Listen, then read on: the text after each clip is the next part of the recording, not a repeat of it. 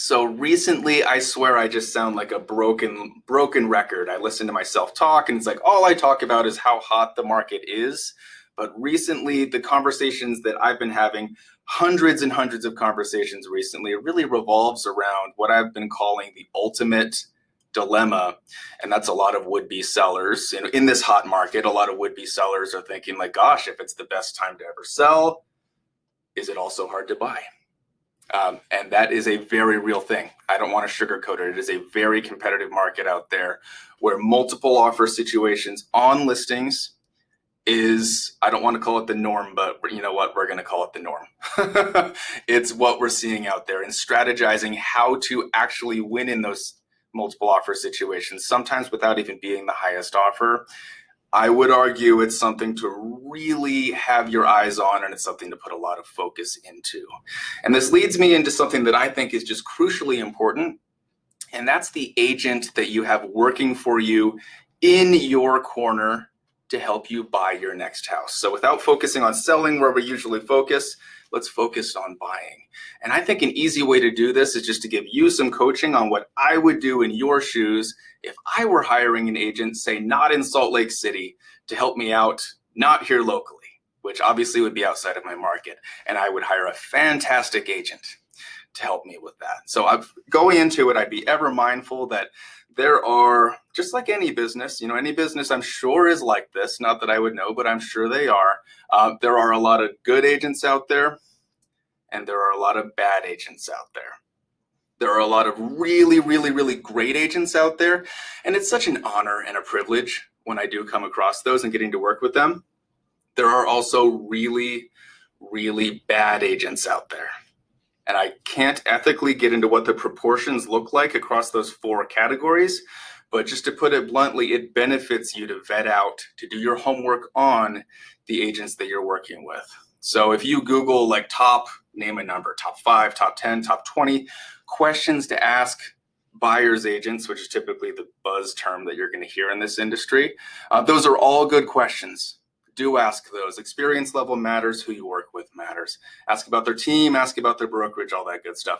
For starters, also Google that agent's name. Also Google their brokerage. See what their online presence looks what it looks like. I personally believe that an agent's website should be their best salesperson, and you should be able to learn a heck of a lot about them just from reading that stuff, their site, their content, and also what third-party portals reviews from past clients are saying as well. But do make sure to interview them rather closely, and specifically beyond the questions that you're going to research online, have that agent share with you some stories of recent experience. Perhaps a good one to ask about would be, how have you won in multiple offer situations recently, perhaps without being the highest offer? And what you should get out of that probably is some kind of an answer that revolves around a story of what they did for that, but also just the mechanics of exactly what they're going to do to present offers for you. So this can sometimes go a little bit further than the numbers. Money does talk, but a lot of the smart sellers out there are also looking for the contract that is also going to close and have the highest probability of closing. And people also like to work with people that they like. Creating affinity is a very important thing. So it's semi-common, it's nowhere close to the majority, but it's semi-common that offers that I get on my listings include what I like to call a love letter, like a letter from the family about how much they love the house. I appreciate getting those. And it is really a good idea to personalize offers as much as you possibly can.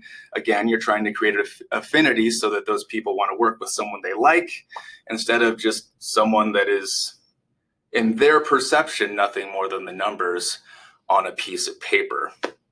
There's all sorts of terms and things you can tweak inside of your contract, but also going beyond that, make sure that agent is selling themselves. Like myself, what we do here, I sell myself, I sell our small team, I sell exactly what we're doing to proactively solve problems and increase the probability that we're ultimately going to close. Basically, that it's going to be smoother if you work with us. And this isn't about creating promises. This is just giving an impression of how we do things here.